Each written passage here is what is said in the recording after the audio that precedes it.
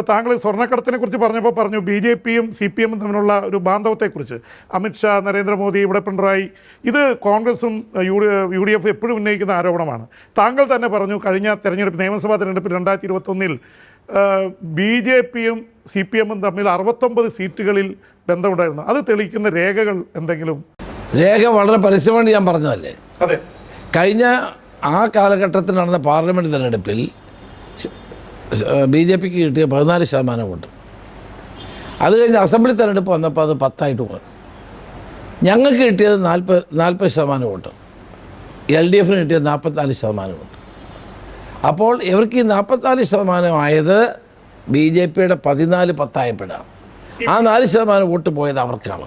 കാരണം കേരളം കോൺഗ്രസ് മുക്ത ഭാരതമാണ് BJP-യുടെ ആഗ്രഹം. കോൺഗ്രസ് നേതൃത്വത്തിൽ ഒരു മുഖ്യമന്ത്രി ഉണ്ടാകരുത്, ഗവൺമെൻറ് ഉണ്ടാകരുത് എന്ന് ഏറ്റവും കൂടുതൽ ആഗ്രഹിക്കുന്നത് പിണറായി വിജയനേക്കാൾ നരേന്ദ്രമോദിയാണ്. അവിടെയാണ് CPM-ഉം BJP-യും തമ്മിലുള്ള അന്തർധാര വളരെ വ്യക്തമാണ്. ലോകത്തെവിടെയായാലും ഏത് സമയത്തും 24 വാർത്തകളും ഓഗ്മെന്റഡ് റിയാലിറ്റി പാക്കേജുകളും എക്സ്പ്ലെയിനറുകളും വിശദമായി കാണാൻ ഞങ്ങളുടെ YouTube ചാനൽ നിങ്ങൾക്ക് സബ്സ്ക്രൈബ് ചെയ്യാം.